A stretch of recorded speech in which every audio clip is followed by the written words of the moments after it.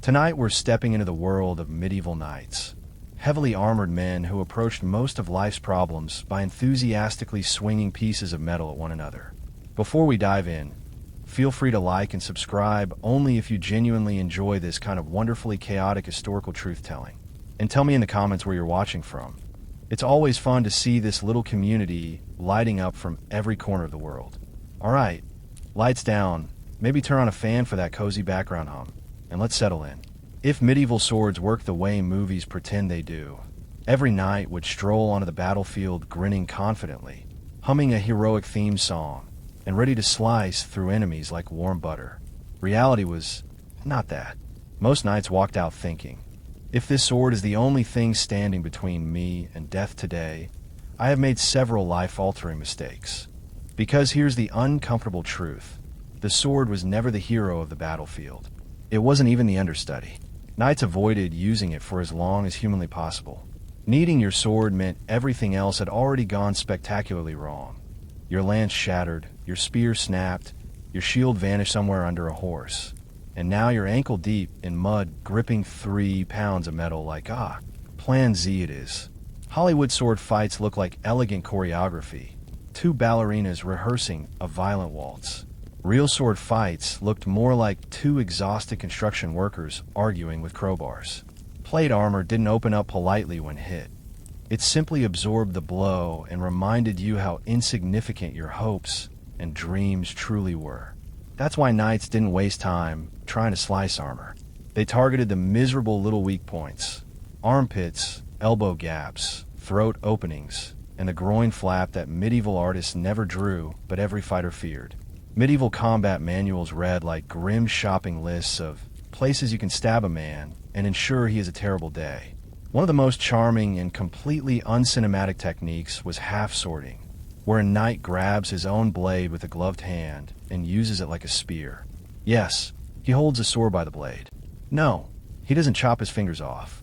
Contrary to popular fantasy novels, a medieval sword's edge was not a laser razor designed by angry elves. It was sharp enough to hurt someone, but not sharp enough to destroy your hand the moment you touched it. Swords were reliable. Sure, they were status symbols.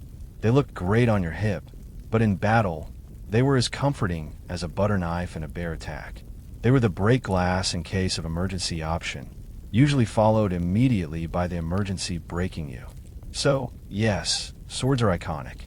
But remember, if a knight was using his sword, the universe had already failed him several times that day. If you've ever watched a medieval movie, you've probably noticed that no one, absolutely no one, ever grabs their sword by the blade.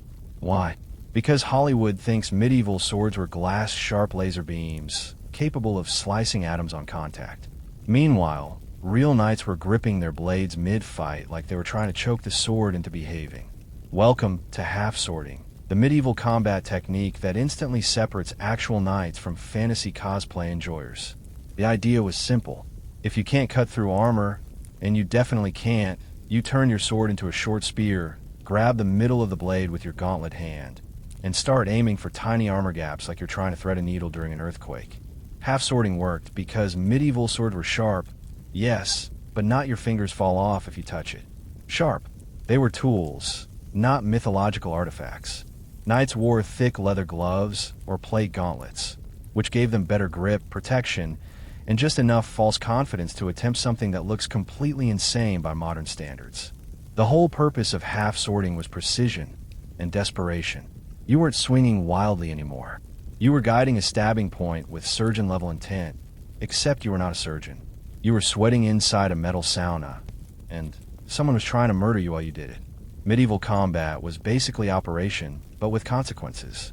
Combat manuals from the 1400s are full of lovingly illustrated instructions showing knights grabbing their blades, ramming them into armpits, prying open visors, and occasionally using the pommel like a hammer to encourage compliance. These were serious martial arts techniques, but they still make it look like 2 armored men were trying to fix a jammed printer with extreme violence. And let's be honest, half-swording also happened because medieval battlefields were depressing places. Mud, blood, screaming, and the sound of metal hitting metal for hours. Swinging a sword full force for that long would turn your arms into wet noodles. Half-swording let knights conserve energy while still being unpleasantly efficient. Of course, you'll never see it in movies. Actors grabbing the blade would ruin the mystique. Plus, someone in the audience would scream, he'd cut his hand off while clutching their soda like a medieval combat expert. But real knights did it constantly. Because medieval fighting wasn't about looking cool. It was about staying alive long enough to complain about it later. If swords were the polite handshake of medieval combat, then maces were the aggressive, bone-crunching greeting that said, "Hello, I would like you to stop being alive now." Knights didn't carry maces because they were stylish. They carried them because armor ruined everyone's fun. Once plate armor arrived on the scene, swords immediately filed complaints. Swords were excellent for stabbing fabric, slicing flesh, and looking dramatic on horseback. But they were absolutely useless against someone wrapped in several millimeters of forged steel. That's where the mace stepped in, wearing sunglasses and carrying a blunt object that looked like a medieval plumber's nightmare. A mace didn't cut, slice, or pierce. It hit. It hit hard. And hitting someone in armor with a mace is less finesse, and more let me introduce your skeleton to the concept of shockwaves. A well-placed mace strike could dent plate armor so badly that the poor victim would have to be extracted like a misaligned puzzle piece. Medieval chronicles politely described these injuries as significant, which is historians speak for the knight folded like laundry. Maces were intentionally simple. A stick, a weight, possibly some spikes if the creator woke up feeling extra spicy. No complex geometry, no fancy metallurgy, just pure physics applied with violent enthusiasm. Knights loved them because maces didn't care who you were. King, peasant, cleric, accountant, everyone's skull was equally disappointing to a mace. And let's be honest, swinging a mace required far less training than mastering a sword. Swordsmanship took years of practice, discipline, and expensive lessons with a grumpy fencing master who smelled like onions. Mace training took about 30 seconds. Lift mace. Move mace quickly toward enemy. Repeat until enemy stops moving. It was the medieval version of smash that like button. Then there's the psychological factor. If you see someone charging at you with a sword, you think, a duel. If someone charges with a mace, you think, oh no, this man has given up on elegance. Maces were terrifying because they made it clear the user wasn't there for a good time. They were there for permanent solutions. Hollywood hates maces because they're not glamorous, but knights love them because they worked. No sparkly sword choreography, no perfectly timed clangs, just blunt, crushing, career-ending force. If swords were medieval romance, maces were the divorce papers. If a mace was the medieval equivalent of hitting someone with a brick, then the warhammer was what happened when a blacksmith woke up one morning and said, "What if we made a brick smarter?" This weapon wasn't subtle. It didn't pretend to be elegant. It was designed to solve one very specific problem. Armor made people annoyingly difficult to kill. Unlike warhammers in video games, which are usually massive, shiny, and wielded by shirtless barbarians for no logical reason, real medieval warhammers were compact, practical, and perfectly engineered for ruining your opponent's afternoon. They typically had two ends, a blunt hammer face for delivering the kind of impact that makes a man reconsider his place in the universe. A narrow, vicious spike for punching through armor joints like someone opening a tin can with misplaced enthusiasm. If plate armor was a fortress, the warhammer was a siege engine small enough to carry in one hand. Let's talk about that spike. It wasn't decorative. It was a concentrated point of medieval science. All the force of your body, your horse, and your pent-up frustration delivered into a single sharp tip. The good strike didn't bounce off like a sword. It dug in. Helmet pierced. Breastplate cracked. Spine interrupted. The warhammer was terrifying, not because of its size, but because of its efficiency. Knights didn't need impressive swings. Just one short, angry jab into the visor slit, and the fight was over, usually forever. Medieval combat manuals rarely mention warhammers in flowery language, but you can read the subtext. Stab them with this. They will die. Another advantage, warhammers didn't get stuck. Unlike axes, which sometimes embedded themselves in armor or bone, forcing the user to do an awkward yank while being stabbed, a warhammer spike slid in and out with disappointing ease. Perfect for people who valued speed, precision, and not dying. Hollywood rarely shows warhammers because they don't look heroic. There's nothing cinematic about a knight calmly puncturing someone's helmet like he's checking if a melon is ripe. But historically, warhammers were the great equalizers. Small enough to ignore, powerful enough to regret ignoring. If swords were for ceremonies, and maces were for stress relief, then warhammers were for moments when a knight said, "I need this person gone." Now, if swords were the polite, socially acceptable side of medieval violence, axes were the part of the arsenal that said, "I didn't come here to impress anybody. I came here to ruin someone's entire week." And contrary to popular belief, knights absolutely used axes. Not the lumberjack kind that look like they belong in a hardware store, but purpose-built combat axes that were lighter, faster, and considerably more judgmental. Medieval battle axes weren't giant slabs of metal. They were sleek, efficient instruments of destruction, shaped by people who clearly had unresolved emotional issues.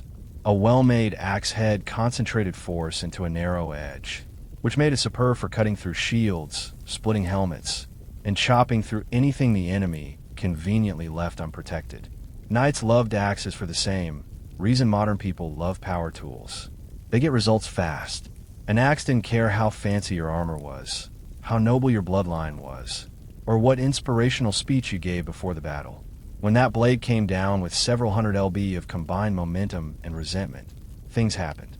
None of them positive, but axes were more than just chopsticks for humans. Knights used the backhook or bearded axe head to yank shields out of the way, drag enemies off horses, or pull someone close enough to deliver the kind of follow-up strikes that ruined family lineages. Imagine being armored, mounted, confident, and suddenly feeling a hook latch onto your shield like a medieval tow truck, pulling you off your ride. That's what axe combat felt like. Axes also excelled at one very important battlefield activity: destroying wooden things. Shields, spear shafts, barricades, doors. If it was vaguely made of wood, the axe was ready to end its existence. On a medieval battlefield, wood was everywhere, and none of it survived long around an irritated knight with an axe. They were also economical. Swordsmiths charged a small fortune. Axe heads, simple, cheap, smash-friendly. Even peasants could afford them, which really stresses out historians trying to draw class distinctions. But the real reason knights used axes, they worked on people who didn't want to be hit. Armor could deflect, shields could block, swords could miss, but axes, they found ways to make you regret wearing metal in the first place. Hollywood avoids axes because they lack elegance.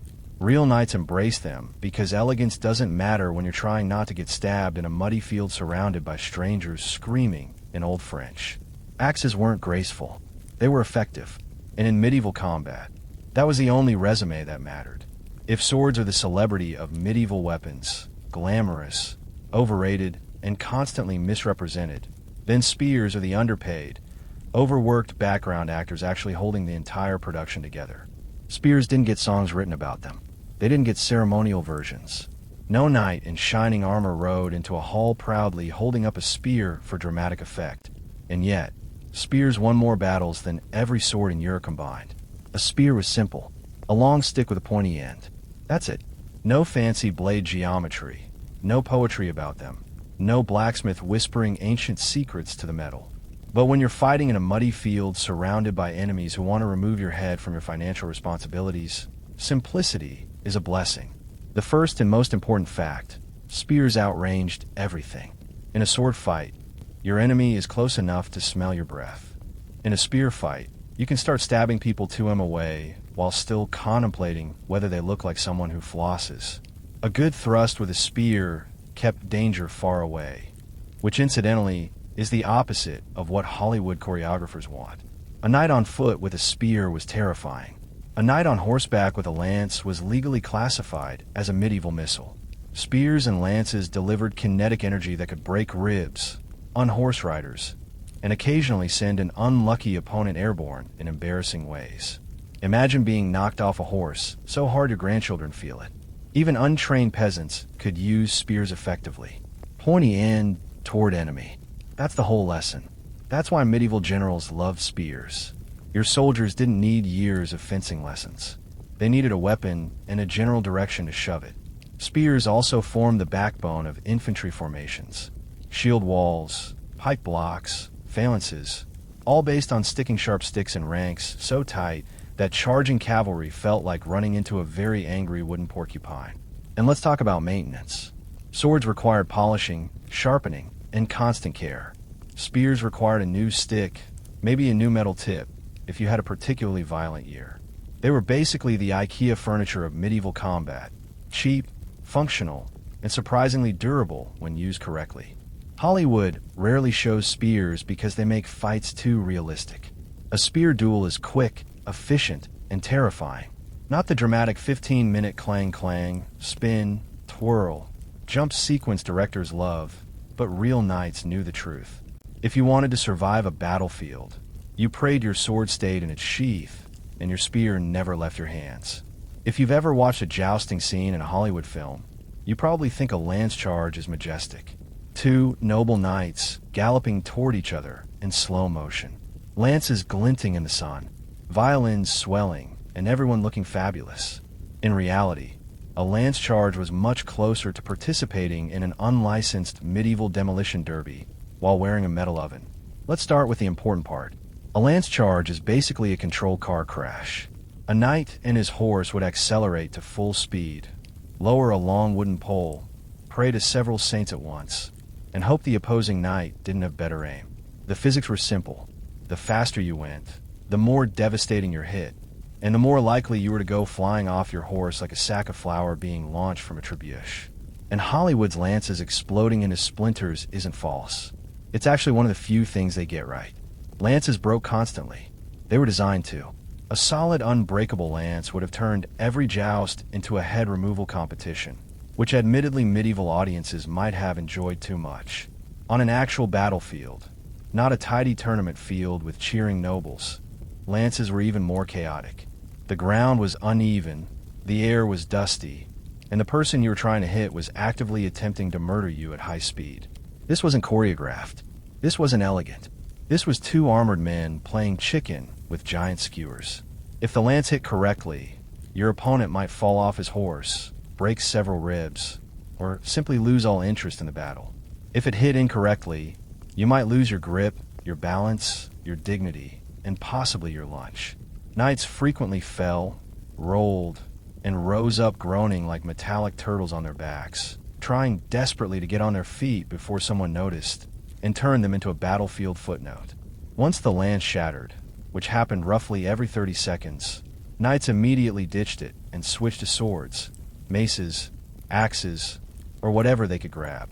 Lances were one-use weapons, disposable medieval single-shot missiles. Despite all this, lances were feared. A well-executed lance charge could break enemy lines, scatter infantry, and create chaos faster than attacks increase in a peasant village. They were shock weapons, not elegant dueling tools, but high-impact, high-risk projectiles with a knight bolted to the back of them. If swords were for duels, and axes were for emergencies, lances were for moments where you wanted to announce loudly and violently, "I'm arriving." If medieval weapons were household tools, the packs would be the unhinged multi-tool your uncle keeps in his garage, the one with too many attachments and absolutely no safety instructions. Knights adored poleaxes because they combined every possible method of ruining someone's day into one convenient, easy-to-swing package. First, let's talk anatomy. A poleaxe wasn't just an axe on a stick. No. Medieval engineers went above and beyond. They slapped an axe blade on one side, a hammerhead on the other, and a tall, mean-looking spike sticking out the top like it had social issues. Then they reinforced the handle with metal strips so it wouldn't shatter during enthusiastic negotiations.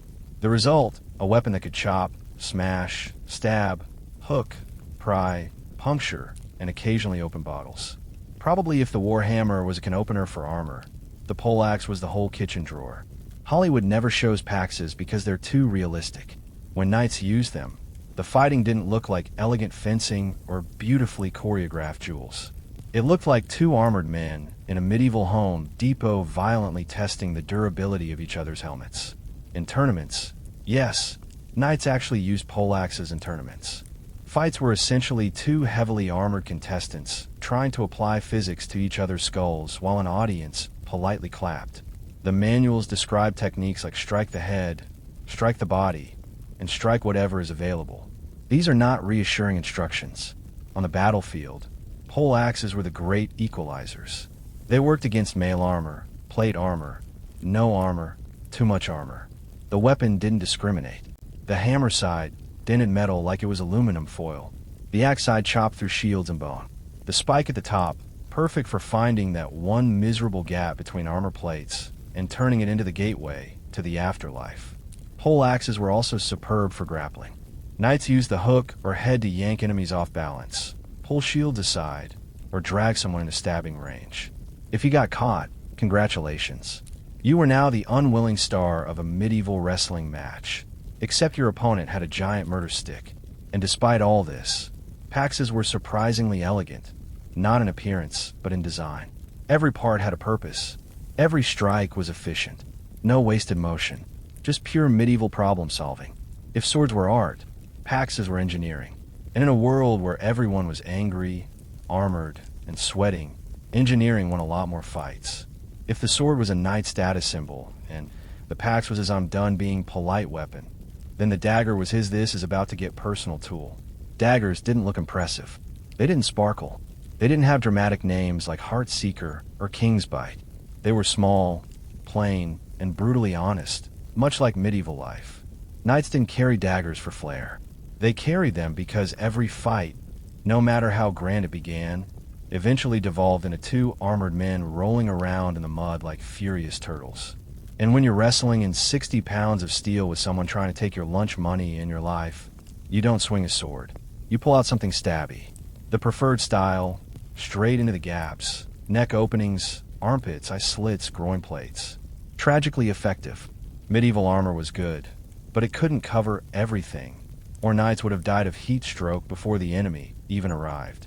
Daggers were designed to exploit those vulnerable little oopsie daisies in the armor layout. Unlike movie daggers, oversized, shiny, and wielded backward by people who have never taken a fencing lesson, real medieval daggers were short, stiff, and terrifyingly practical. A knight wasn't trying to slash. He was trying to insert the blade into a place that ruined the other guy's week. One of the most infamous types was the rondelle dagger, a thick triangular spike that looked like something you'd use to puncture a particularly stubborn bag of grain. Perfect for getting between armor plates and making someone stop breathing. It was the medieval version of a precision screwdriver. If screwdrivers were designed to end bloodlines, combat manuals from the period show knights grappling, pinning, and driving daggers downward into visors like they were trying to force open a jar that refused to cooperate.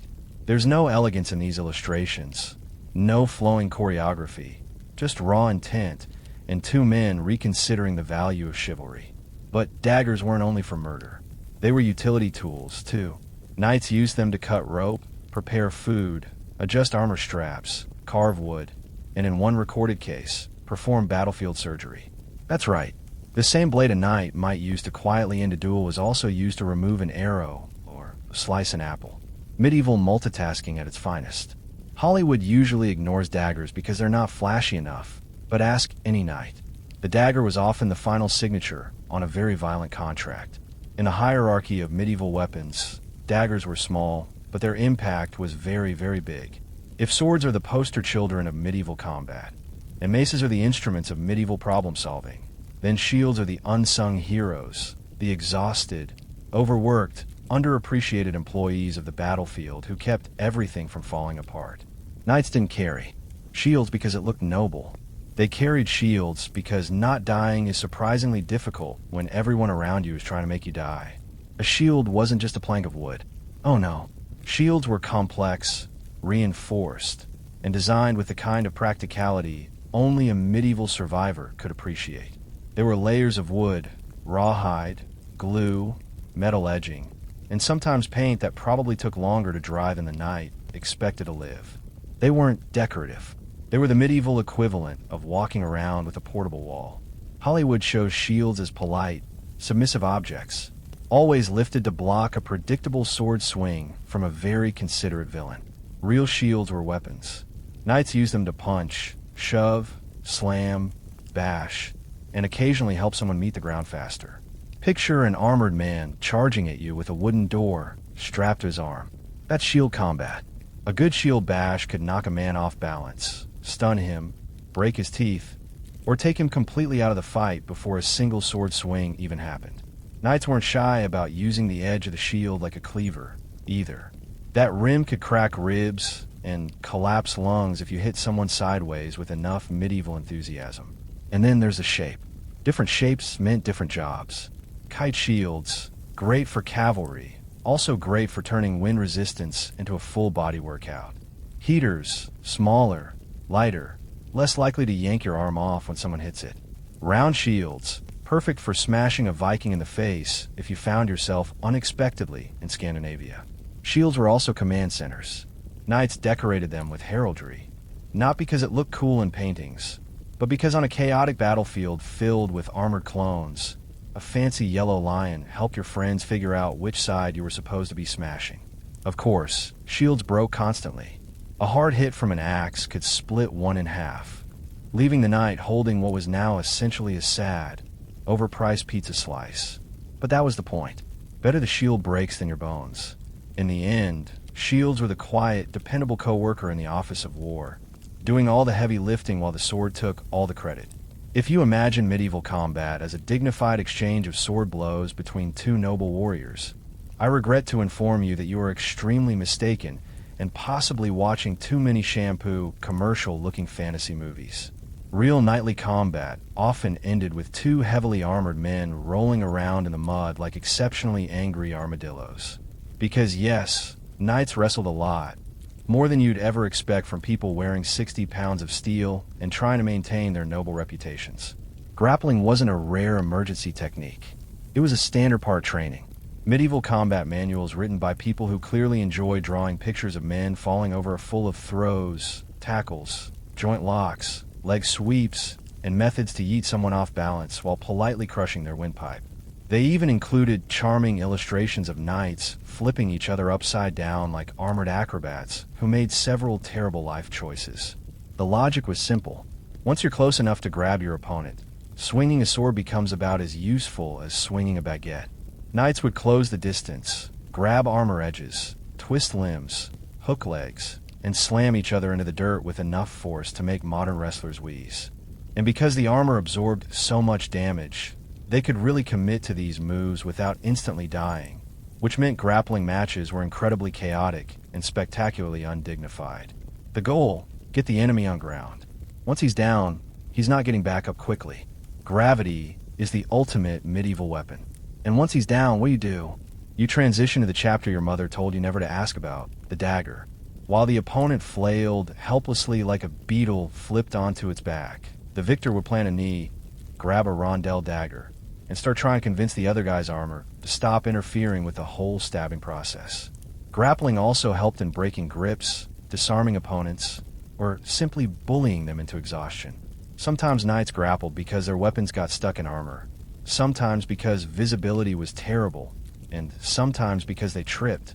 Yes, a surprising amount of medieval combat was the direct result of slipping in mud, blood, or the medieval equivalent of banana peels. Hollywood never shows this because it ruins the romance. Nothing kills the fantasy faster than Salalan of How Sparkle Fountain clumsily Bodis slamming his opponent face first into a puddle. But real knights, they knew the truth. When all else fails, grab the enemy and throw him to the ground like a sack of medieval potatoes. If knights had one thing going for them, it wasn't chivalry, noble ideals, or good hygiene. It was armor. Armor was their walking safety deposit box, their portable insurance policy, their please don't stab me today outfit. But unlike Hollywood's clunky tin cans that make every knight walk like they're trapped inside a malfunctioning vending machine, real medieval armor was surprisingly mobile. Knights could run, jump, climb ladders, do somersaults, and even dance, though not elegantly to be clear. Armor evolved for one purpose: to keep the knight alive long enough to complain about the battle afterward. Mail protected against cuts. Plate protected against just about everything except gravity. Tax increases and sarcasm. A knight clad in full plate was basically a medieval tank. And like all tanks, the goal was to be annoyingly hard to kill. But let's clear up a myth. Armor was not impossibly heavy. A full suit of plate armor weighed about 40 to 60 pounds, which is roughly the same as modern soldiers carry today. And instead of the weight hanging off your shoulders like a cursed gym workout, plate armor distributed it over the entire body, making it much easier to move in. Knights didn't waddle, they power waddled. The real downside of armor wasn't mobility. It was temperature. Wearing a steel oven in the middle of a battlefield meant sweating approximately half your body weight every hour. Inside that helmet, it was basically a sauna with terrible ventilation and a 100% chance of incoming weapons. Knights had to choose between lifting their visor for fresh air or keeping it shut to avoid an unexpected face ventilation hole, courtesy of someone else's spear. Armor also meant that fights lasted longer, sometimes far too long. Blows that would have turned an unarmored peasant into battlefield jam simply bounced off a knight with a loud echoing bonk that signaled both survival and mild annoyance. That's why weapons evolved to be more aggressive. Hammers, maces, axes, basically anything that could turn armor dents into internal injuries. But armor wasn't perfect. Gaps existed. Elbows, armpits, groins, places no one wants to think about during combat suddenly became prime real estate for stabs, spikes, and dagger thrusts. Knights knew their armor kept them alive, but they also knew one unfortunate poke in the armpit could ruin their entire month. So yes, armor was incredible, a masterpiece of medieval engineering, but it was also hot, exhausting, and occasionally humiliating when a knight fell over in the mud and needed a friend to help him stand up again. If movies were accurate, medieval battles would have been polite affairs. One knight steps forward, another steps forward. They exchange dramatic speeches, and then they engage in a beautifully choreographed duel where everyone respectfully waits their turn. Real medieval battles, however, looked less like honor-filled engagements and more like a metallic riot inside a collapsing barn. For starters, the idea of a clean one-on-one fight is adorable. On a real battlefield, if you paused to duel someone, at least 8 other people would sprint over to stab you in various places before your dramatic introduction was finished. Medieval warfare was not fair. It wasn't cinematic. It was a crowded, muddy free-for-all where teamwork meant, don't stab the guy wearing the same colors as you. Visibility was terrible. Knights wore helmets with slits the width of a pessimistic smile. The battlefield was full of smoke, dust, and the screams of people who clearly signed up for the wrong career path. Half the time, knights couldn't tell who they were hitting. You swung, you prayed, you hoped it wasn't your cousin. Footing was also a nightmare. Mud, blood, broken weapons, loose rocks. Combatants slipped constantly. Knights fell over so often that medieval warfare might have been the inspiration for physical comedy. Falling in full armor isn't elegant. It's like watching a refrigerator attempt yoga, and getting up was even worse. While the knight thrashed around like a distressed turtle, enemies often took the opportunity to introduce a mace to his helmet. Formations didn't stay neat, either. Textbook lines of battle turned into tangled mosh pits within minutes. Infantry crashed together. Cavalry smashed through friend and foe alike. Archers attempted to shoot over the chaos, but often hit people they liked. Commanders screamed, orders no one heard. It was a miracle battles ended it all. People didn't die in dramatic duels. They died from exhaustion, dehydration, heat stroke inside their armor, or being trampled by a horse that was equally terrified and equally confused about its life choices. Most deaths didn't involve elegant swordplay. They involved a man too tired to lift a shield one more time. Hollywood hides the truth because it's messy. The real battlefield wasn't a stage. It was an overcrowded, deafening disaster zone where survival depended on awareness, endurance, and sheer spite. So, no, knights didn't engage in noble 1-versus-1 duels in the middle of a battle. They survived medieval combat the same way we survived Mondays, by stumbling forward, avoiding danger, and hoping everyone else was having a worse day than you. If you've ever wondered why medieval knights carried so many different weapons, the answer is simple. Nothing ever worked on everyone. A knight choosing weapons was like a medieval handyman opening a toolbox full of objects designed to solve very specific, very unpleasant problems. Hollywood pretends knights fought with one signature blade, like they were role-playing characters with a strong personal brand. Real knights, however, switched weapons faster than modern people switch Wi-Fi networks. Every weapon had a job, a very specific job. Take the sword, great for cutting unarmored peasants, terrible for cutting knights dressed like steel pumpkins. The mace, perfect for breaking armor, terrible for reaching anyone more than 2 feet away. The spear amazing for keeping danger at arm's length until someone stepped inside that arm's length, and suddenly your spear felt like a very long, very inconvenient broom handle. Knights understood that the battlefield was not a polite environment. You couldn't rely on one weapon because battles were unpredictable, chaotic, muddy, and aggressively unpleasant. One moment you're on horseback, charging with a lance. The next moment your horse decides it has had enough of your nonsense and politely ejects you into a ditch. Now you need a sword or a dagger or therapy. But therapy hadn't been invented yet, so you settle for the dagger. Against plate armor, bring a hammer or mace. Against mail armor, try an axe or a thrusting sword. Against someone running away, try a spear. Long reach, excellent encouragement tool against someone too close for comfort. Grapple and use the dagger against someone on horseback. A pole axe works wonders against someone with better armor, better aim, and better morale. Run. Historically accurate. Knights weren't collecting weapons because it looked cool. They were hedging bets.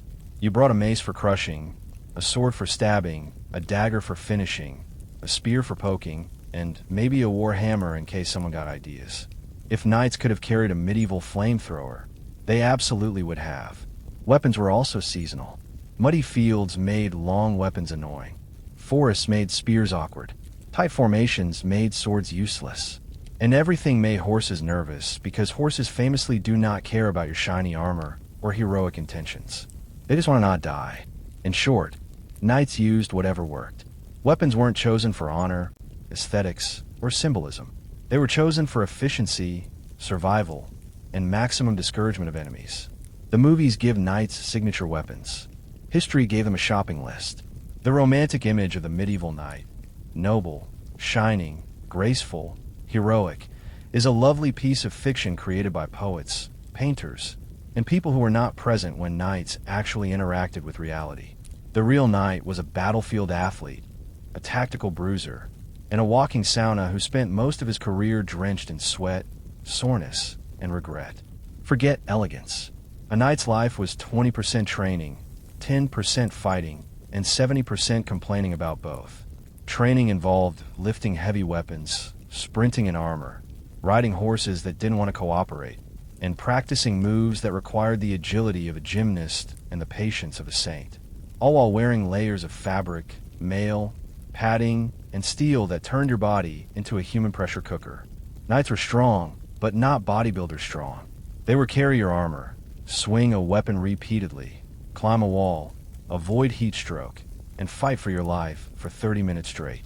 Strong, the kind of strength that comes from necessity, not from protein shakes. On the battlefield, knights weren't calm or polished. They were tactical survivors. Every decision mattered. When to charge, when to fall back, when to grapple, when to switch weapons, when to retreat, when to pretend to retreat, and when to scream for help because your foot got stuck in another corpse. They fought smart. They understood leverage, angle, weight distribution, and positioning. They knew which weapons worked against which armor, and which weapons to avoid, unless they wanted their obituary to read, "Died trying something stupid." And the sweat. Oh, the sweat. Knights sweated in winter. They sweated in the shade. They sweated during training, during combat, and during any activity that involved existing inside armor. There under a rower padding probably smelled like a mixture of wet dog, despair, and yesterday's dinner. Yet, despite all the grime, chaos, and bodily discomfort, knights were professionals. They were trained, disciplined, and shockingly effective. They mastered an entire ecosystem of weapons, tactics, and techniques that Hollywood refuses to acknowledge because the truth is far messier, louder, and funnier. The real knight wasn't a heroic statue come to life. He was a gritty, tactical problem solver, wearing 60 pounds of overheating metal, swinging whichever tool kept him alive the longest. And yes, he was always sweaty. Theodora's life did not begin in marble halls or perfume chambers, but in the rough, chaotic underbelly of Constantinople, a city where the Hippodromium decided destinies just as often as the palace did. She was born around the year 500, the middle daughter of a bear trainer named Acacius, a man whose livelihood depended on the whims of the racing factions. These factions were far more than sports teams. They were political beasts, street armies, and social identities all woven into one. To be tied to them was to live on the edge of fortune and ruin. And Theodora learned that truth before she even learned to walk. Aetius worked for the Greens, a powerful but volatile group known for their brawling supporters and unpredictable loyalties. He kept and trained the performing bears that entertained crowds between races, a job that demanded courage but paid poorly. Still, it offered the family a fragile stability. Little Theodora spent her earliest days behind the Hippodromeum stables, tugging on her father's cloak, watching the crowds roar from behind cracked wooden slats, listening to the thunder of horses as though the entire world was built upon hoof-beatots. Then everything collapsed. Acacius died suddenly. Some say from a fever, others whisper from a bear's swipe gone wrong. And with him went the family's only source of income. Poverty struck with the precision of a blade. Her mother, left with 3 daughters and no protection, realized quickly how unforgiving Constantinople could be. With no money, no trade, and no faction backing, they were one misstep away from starvation. In desperation, she gathered her daughters and marched them into the hippodrome itself. The girls wore garlands, their faces scrubbed clean, their hair neatly braided, a performance of innocence designed to sway the crowd. Their mother pleaded before the Blues this time, begging for them to accept the family into their ranks since the Greens had refused to help. The scene was both humiliating and theatrical, the dying hope of a family displayed before thousands of spectators. But the moment worked.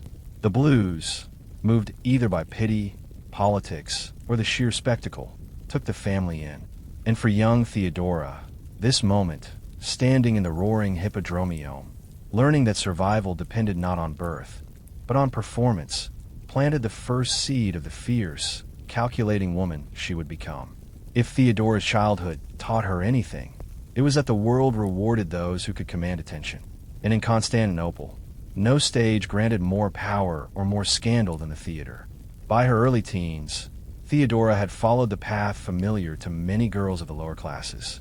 She became an actress, a profession that in Byzantium came bundled with another identity, that of a courtesan. It was a world both intoxicating and perilous, where applause could lift you to fame, but reputation could drag you into the dust with equal speed. The theaters of Constantinople were nothing like the dignified halls of classical Greece. They were loud, bawdy, unpredictable places filled with drunken spectators, political agitators, sailors on leave, and wealthy men searching for entertainment of every kind. Performers were expected not merely to act, but to captivate, to provoke laughter, desire, or outrage at a moment's notice. For Theodora, this was not a degradation. It was a training ground. It sharpened her wit, strengthened her instincts, and taught her the priceless art of reading a crowd. She quickly stood out. Her comedic timing was unmatched, her physical agility impressive, and her beauty unmistakable. But it was her intelligence, sharp, ironic, and difficult to ignore, that made her rise faster than others. She had an instinct for reinvention. One night she might appear as a comic servant girl, throwing punchlines like daggers. The next night she might redefine herself as a tragic heroine, her voice echoing across the stage with raw emotion. Theodora refused to fit in any single box, and audiences loved her for it. But the feat's fame came with a darker shadow. Theodora became romantically involved with a powerful man named Bilis, a provincial governor who believed the actress should remain under his control. For a time, Theodora lived with him in North Africa, but their relationship quickly turned sour. Bilis was domineering, jealous, and dismissive of her intelligence. Eventually, he abandoned her, bitter, humiliated, and far from home. Yet this betrayal became another furnace that hardened her resolve. Alone in a foreign land, Theodora fought tooth and nail to survive. She worked, saved, negotiated, and maneuvered her way back to Constantinople. The journey home was more than a physical return. It marked the transformation of Theodora from a performer into a strategist. She no longer sought applause. She sought power, and the world was about to discover how dangerous her determination truly was. When Theodora finally returned to Constantinople, she did so not as the naive girl who had once danced across its stages, but as a woman forged by humiliation travel, and the harsh lessons of survival. She had crossed the Mediterranean with little more than her willpower, surviving by her wits and whatever work she could find. During this journey, she experienced poverty more intense than anything she had known in childhood. She slept under foreign roofs, walked barefoot along dusty roads, and relied on her sharp mind to navigate dangers far greater than the jeering crowds of the Hippodromio. By the time she stepped back into the capital, the city was shifting. New powers were rising, old alliances were fracturing, and a restless energy pulsed through the palace walls. Theodora, now in her early 20s, understood that this was a moment when fortunes could be made or lost instantly. She refused to sink back into the world she had left. The world of backstage corridors, drunken spectators, and the thin line between entertainment and exploitation. She wanted something else, something higher. Surprisingly, she chose to withdraw from the theater entirely. Instead, she earned a quiet living as a wool spinner, a modest trade that demanded patience and discipline. Many believed Theodora had retreated from ambition. They were wrong. This period of calm was strategic. It distanced her from the scandals of her earlier career and allowed her to reshape her reputation. People began to whisper that the once infamous actress had become a respectable woman, even pious. And in a city where gossip could destroy anyone, even an emperor, reputation was power. It was during this seemingly humble phase of her life that destiny placed her directly in the path of a man who would change her fate. Justinian, nephew of Emperor Justin, and the ambitious heir to the throne. Justinian was brilliant, calculating, and utterly unlike the aristocrats who looked down on Theodora's class. He had risen through talent, not privilege, and he recognized the same fire in her. What began as fascination quickly deepened into admiration, and then something far more dangerous. Their meetings, though discreet, were electric. Justinian saw in Theodora a sharp political mind, an unshakable resilience, and a courage that matched his own aspirations. She saw in him a chance to escape the constraints of birth and the possibility of shaping the empire itself. Constantinople buzzed with scandalized whispers, but neither of them cared. A partnership had been set in motion, one that would soon shake Byzantium to its core. Justinian's attachment to Theodora grew into something fierce, unwavering, and completely unacceptable to the Byzantine elite. For them, it was unthinkable that the heir to the empire, a man shaping laws, armies, and the very machinery of state, would marry a former actress and courtesan. In Constantinople, where social hierarchy was carved deeper than marble, Theodora's past was supposed to trap her forever. But Justinian was not a man easily dissuaded, and Theodora was not a woman easily dismissed. The barrier standing between them was not merely gossip or tradition. It was the law. Roman legislation, still heavily influenced by elite prejudice, explicitly forbade men of senatorial rank from marrying actresses. Theodora's past on the stage made her legally unmarriageable. For many, this would have been the end of the story. Love crushed by statute. But Justinian didn't bend to laws. He rewrote them in a sweeping legal reform. Justinian had the marriage laws amended so that actresses and courtesans who abandoned their former professions could marry freely. It was an extraordinary act, one that signaled to the entire empire that Theodora was not merely a lover. She was the woman he intended to elevate to the pinnacle of power. Theodora's enemies were outraged. To them, she represented moral decay, a living reminder that their rigid social order could be overturned.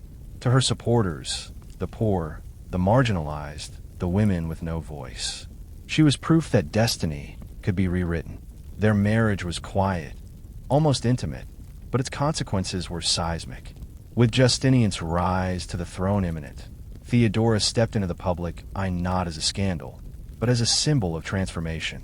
She dressed with restraint, spoke carefully, and carried herself with a composure that forced even her harshest critics to acknowledge her intelligence. She was no longer the actress performing roles on stage. She was the rising political force who would soon shape imperial policy. When Justinian became emperor in 527, Theodora was crowned empress beside him, not merely as a ceremonial figure, but as a partner. She sat on the throne with a regal poise that belied her humble beginnings, and the crowd roared, not just for their emperor, but for the woman who had clawed her way from the hippodrome's dirt to the palace's golden mosaics. Byzantium had rarely seen a rise so dramatic, or a woman so ready to wield power. No moment defines Theodora's legacy more powerfully than the Nar Revolt. The week in 532, when Constantinople burned, mobs roamed the streets, and the empire itself seemed ready to collapse. What began as a violent outburst between the blues and greens quickly transformed into a full-scale rebellion. Rioters torched buildings, slaughtered officials, and screamed for Justinian's deposition. The city shook with fury. Even the Hagia Sophia was swallowed by flames. Inside the palace, panic spread like smoke through the corridors. Justinian, exhausted and terrified, considered fleeing across the Bozirus to save his life. His advisors urged him to escape, even if it meant abandoning the empire temporarily. And for a moment, a brief, fragile moment, it seemed the Eastern Roman Empire might lose its emperor to fear. But Theodora refused to run. As men debated, stammered, and argued about exits and escape routes, Theodora arose and delivered a speech that would echo across centuries. She reminded them that imperial dignity demanded courage, not retreat. She said she would rather die in purple, the imperial color, than live in exile, hunted, and humiliated. Her words were not theatrics. They were steel. She was prepared to face death heat-in, because to her survival without honor meant nothing. The room fell silent. Justinian, who had always admired her resolve, suddenly found his own restored. Her defiance reignited his determination. Instead of fleeing, he planned a brutal counterattack. With the help of his generals, Belisarius and Mundus, he ordered troops into the hippodrome, where thousands of rebels had gathered, believing they were moments away from forcing the emperor's abdication. The slaughter was swift and merciless. Estimates claim that more than 30,000 rebels died that day. The rebellion collapsed, and Justinian's rule, once hanging by a thread, was secured. And while history remembers Justinian as the emperor who saved his throne, those who witnessed the crisis knew the truth. It was Theodora who saved the empire. In the aftermath, her influence expanded even further. Justinian consulted her on political decisions, legal reforms, and even foreign negotiations. She became not merely an empress, but a strategist, a stabilizing force in a court full of shifting alliances and treacherous whispers. Theodora had proven that she was no ornament beside the throne. She was its backbone, willing to stand firm when every man around her trembled. After the Na revolt, Theodora emerged not only as the empire's moral anchor, but as one of its most formidable policymakers. While Justinian drafted codes that shaped the backbone of Byzantine law, Theodora pushed for reforms that struck at the cruelties endured by those society preferred to ignore: women, the poor, the exploited, and the powerless. She understood suffering intimately, and unlike the aristocrats who viewed hardship from a marble distance, she carried its memory like a scar. One of her most groundbreaking changes was her influence over the Corpus Juris Civilis, the grand legal code Justinian championed. Within those laws lay Theodora's imprint: harsh penalties for forced prostitution, stronger protections for women abandoned by their husbands, and improved property rights for wives and widows. She fought to close brothels that trafficked young girls and funded safe houses where former courtesans could rebuild their lives. This was not charity. It was defiance. It was Theodora confronting a world that had once tried to break her and refusing to let others suffer the same fate. Her reforms extended beyond morality into matters of power. She secured new rights for women to inherit wealth, own land, and resist forced marriages. Many in the aristocracy sneer at these changes, muttering that the empress was overstepping her place. But Theodora did not bend to whispers. She had lived the consequences of powerlessness. Now that she held influence, she wielded it like a blade. Her humanitarian vision, however, did not soften her political instincts. Theodora was fiercely loyal to the imperial throne, but even more loyal to stability within the empire. She navigated court rivalries with a shrewdness that frightened those who underestimated her. Ambitious generals, scheming senators, and even church leaders found themselves tangled in the empress's calculations. Theodora never confronted threats with open theatrics. She preferred quiet maneuvers, decisive actions, and a reputation that warned others not to challenge her lightly. Her support base grew among the lower classes, especially women who saw her as a living symbol of possibility.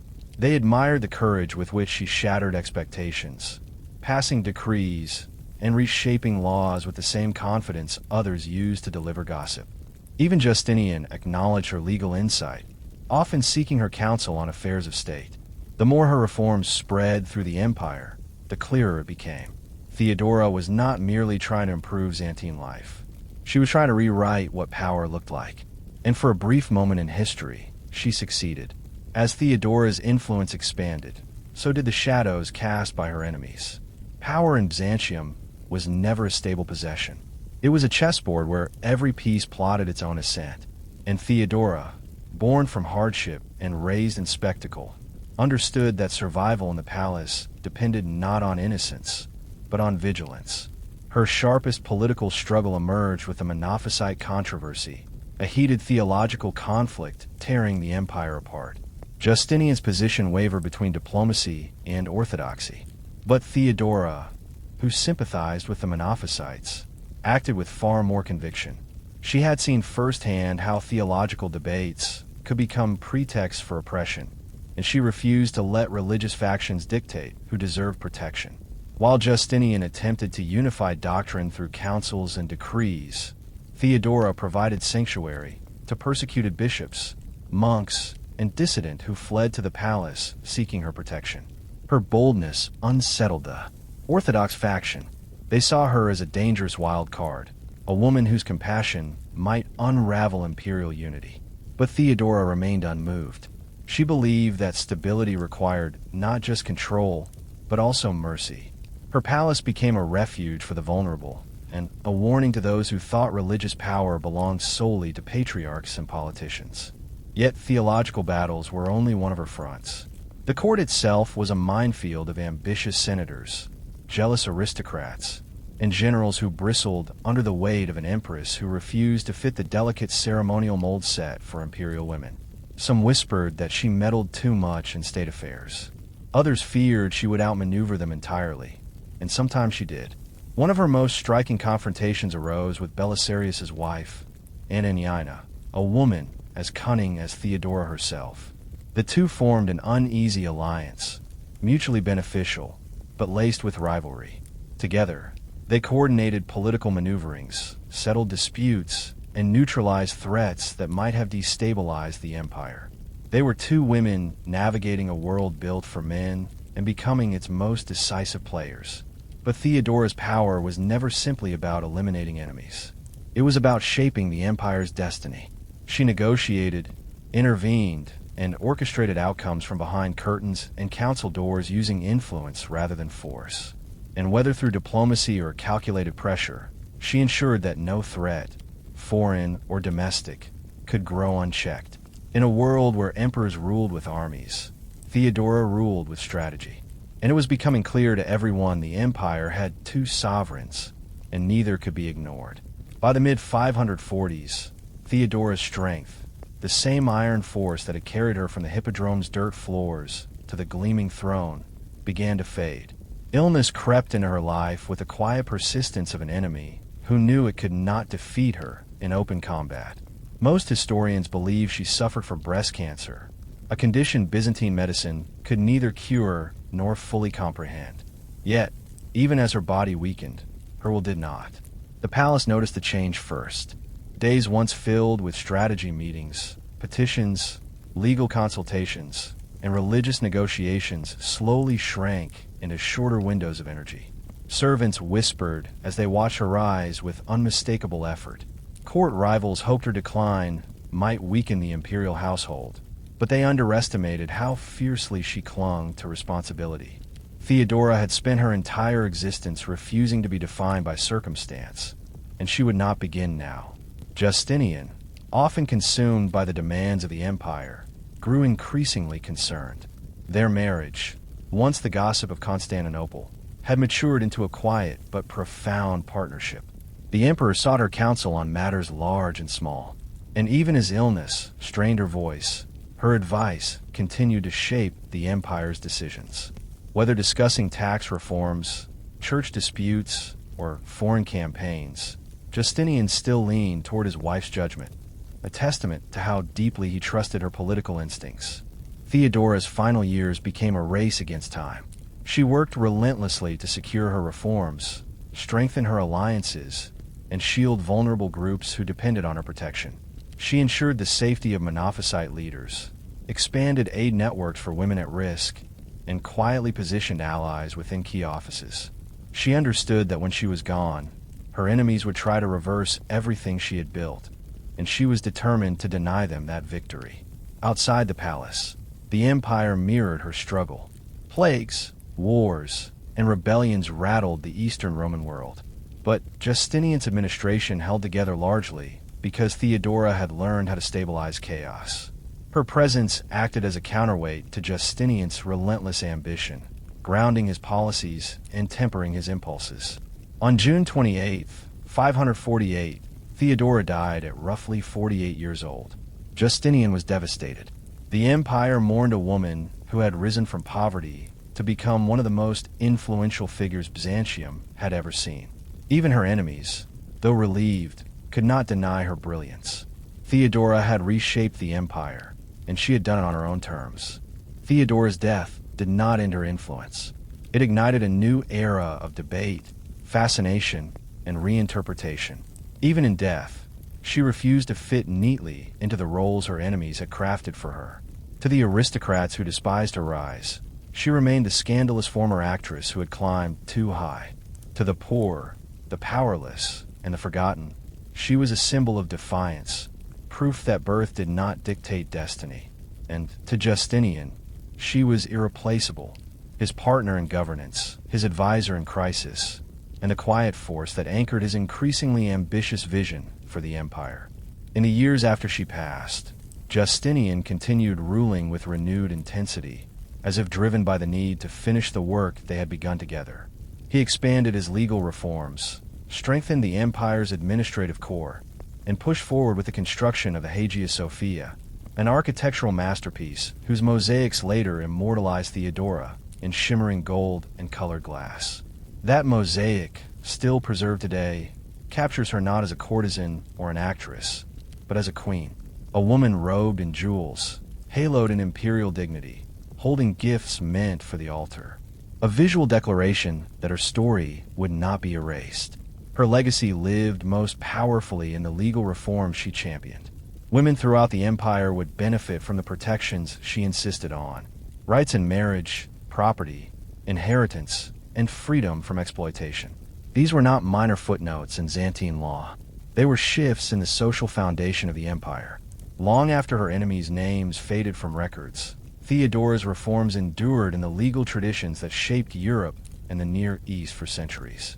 But perhaps her greatest legacy was the audacity of her life itself. She had risen from the lowest rung of Byzantine society, a world where actresses were considered barely above beggars, and carved out a place not just beside the emperor, but in the machinery of imperial power. Her story became a challenge to the rigid hierarchies of her time, a reminder that intelligence, resilience, and courage could outmaneuver privilege. Even today, historians debate her motives, her morality, and her influence, but what none can deny is her impact. Theodora's life was a storm, fierce, unpredictable, and transformative. She forced Byzantium to confront its own prejudices, reshaped its laws, and etched her name into its foundations. And though centuries have passed, her shadow still stretches across history, a reminder that greatness can rise from anywhere, and that power, once taken, can redefine an empire. Saladin and Richard the Lionheart entered history from opposite ends of the cultural world. Yet both were shaped from childhood to become the kind of men whose names would echo across continents. Saladin was born in 1137 in the fortress town of Tritrit, a place of hard stone, disciplined households, and the ever-present weight of military duty. His Kurdish family belonged to a tradition of commanders and administrators who served the great dynasties of the Islamic world. From a young age, he was surrounded not only by warriors, but by scholars discussing law, philosophy, and strategy.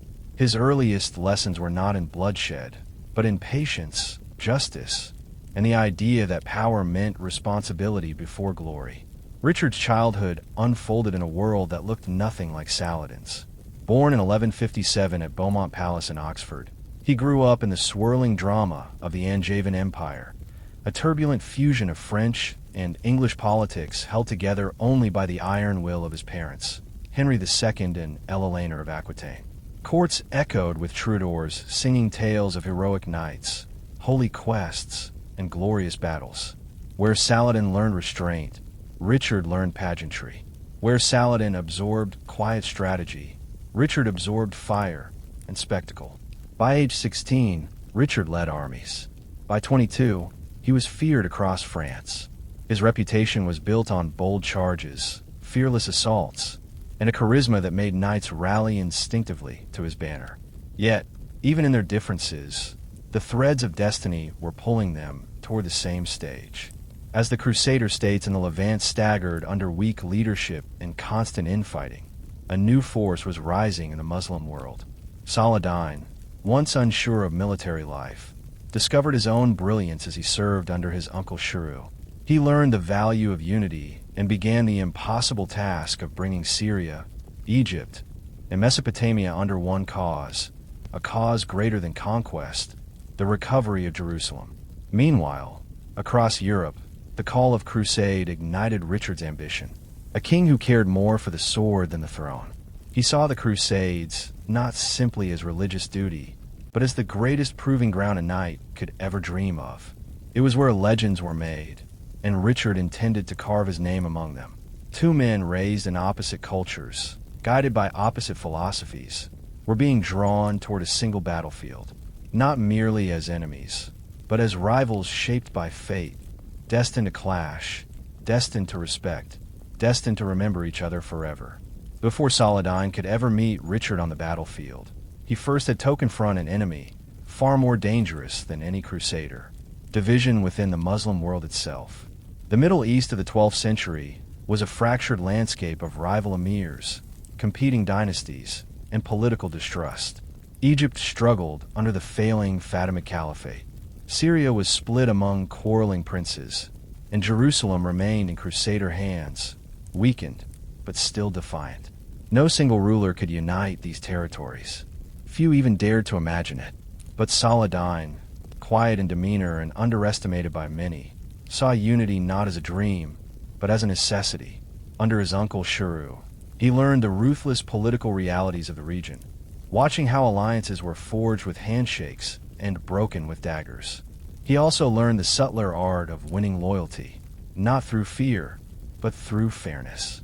After Sheriku's death, Saladin unexpectedly became vizier of Egypt. Many dismissed him as a temporary figurehead. They assumed he lacked the cunning to navigate court politics. They were wrong. Through careful diplomacy, calculated generosity, and decisive action, Saladin dismantled the corrupt Fatimid power structure and restored Egypt to Sunni rule. It was a masterstroke. Egypt became the financial and military backbone he needed for his next ambition, uniting Syria, Palestine, and Mesopotamia.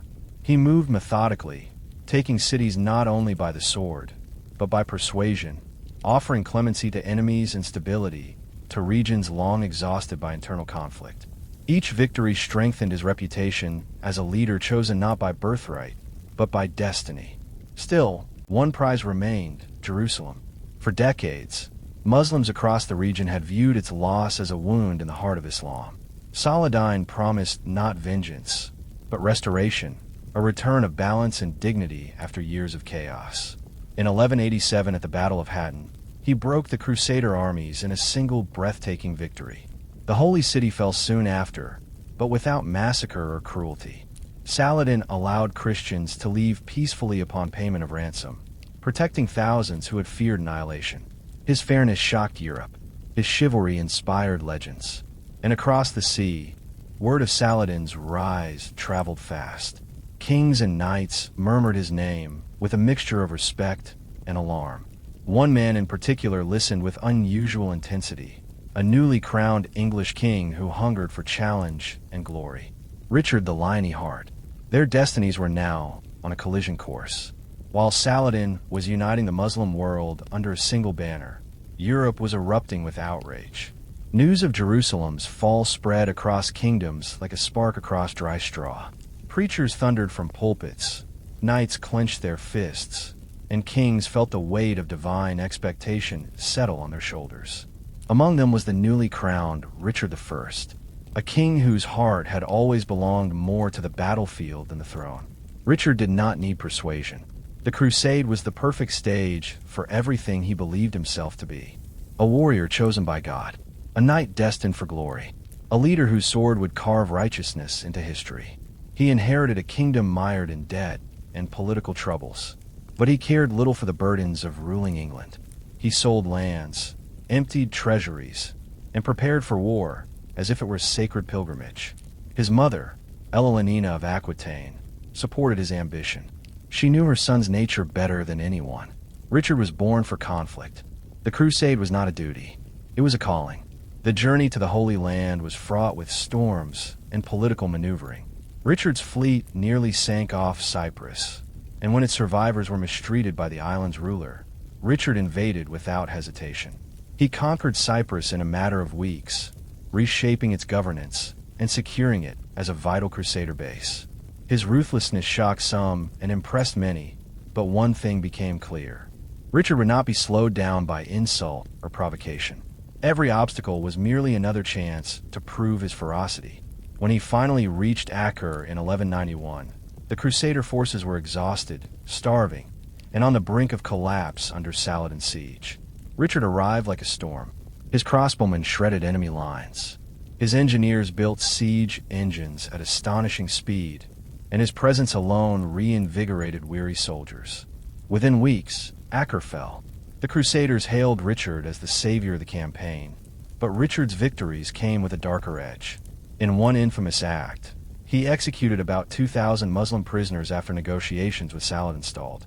To Richard, it was a strategic necessity. To Saladin, it was a grave wound.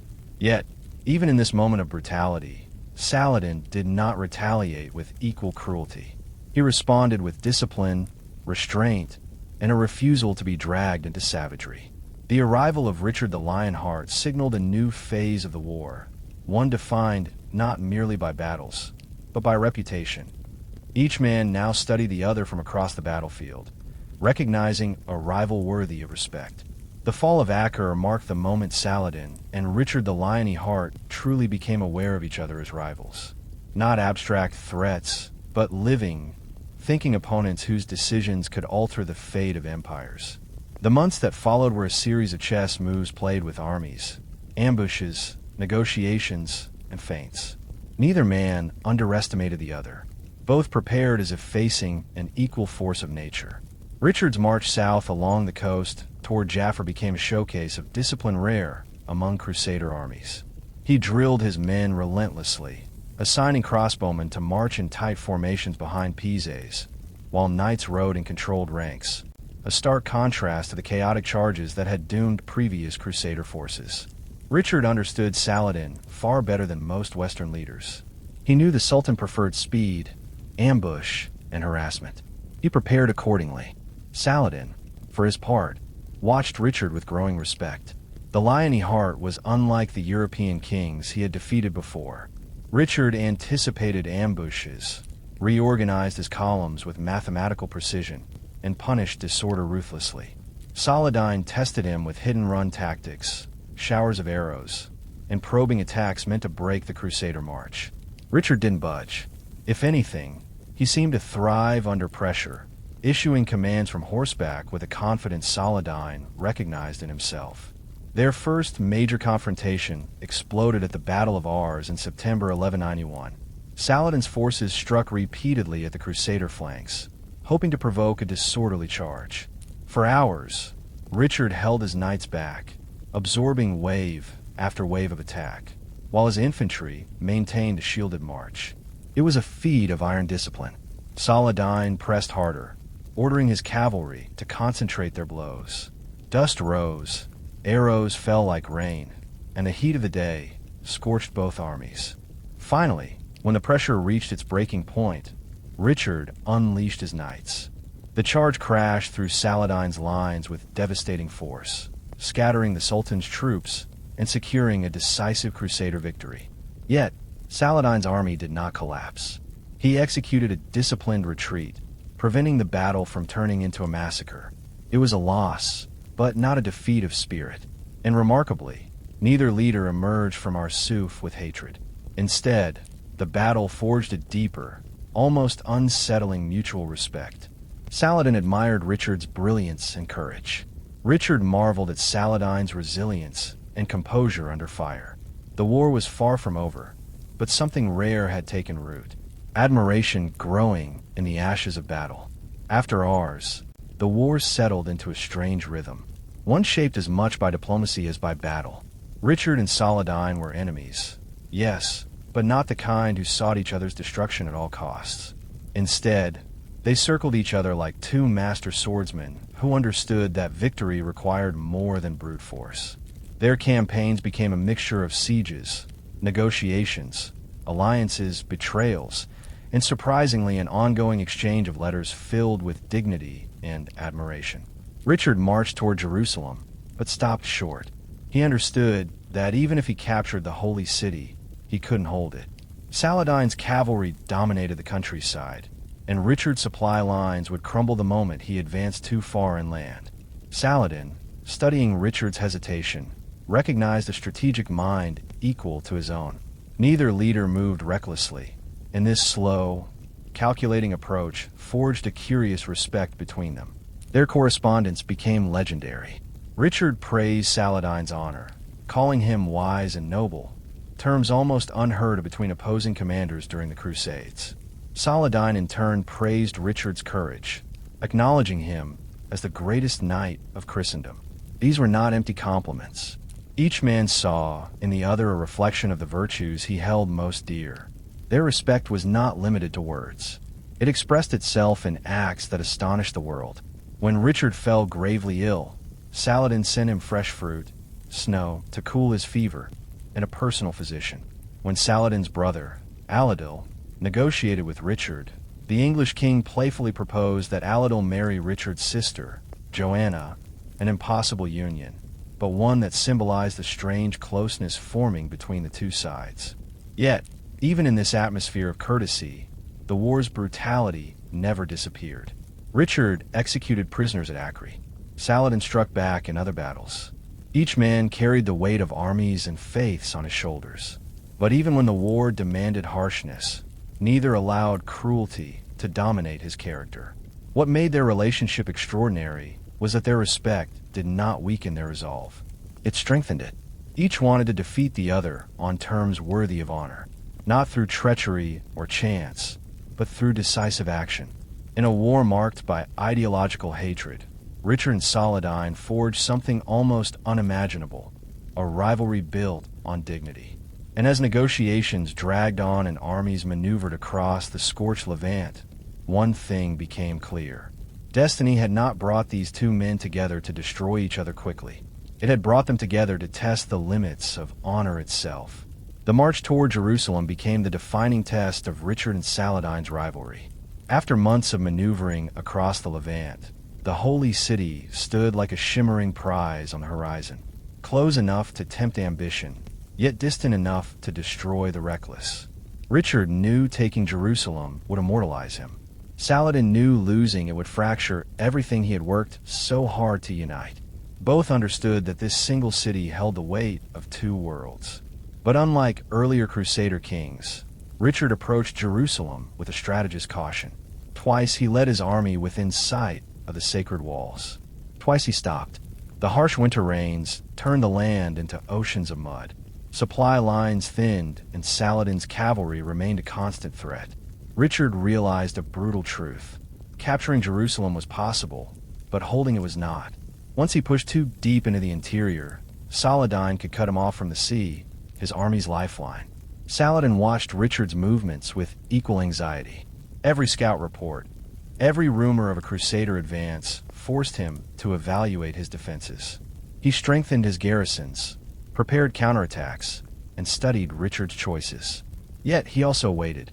Saladin knew Richard would not gamble his army on glory alone. That was the difference between him and the reckless crusader lords who came before. Richard's pride was enormous, but his discipline was greater. During these tense months, the strange bond between the two leaders only deepened. Richard wrote to Saladin proposing peace terms, prisoner exchanges, and even marriages between their families.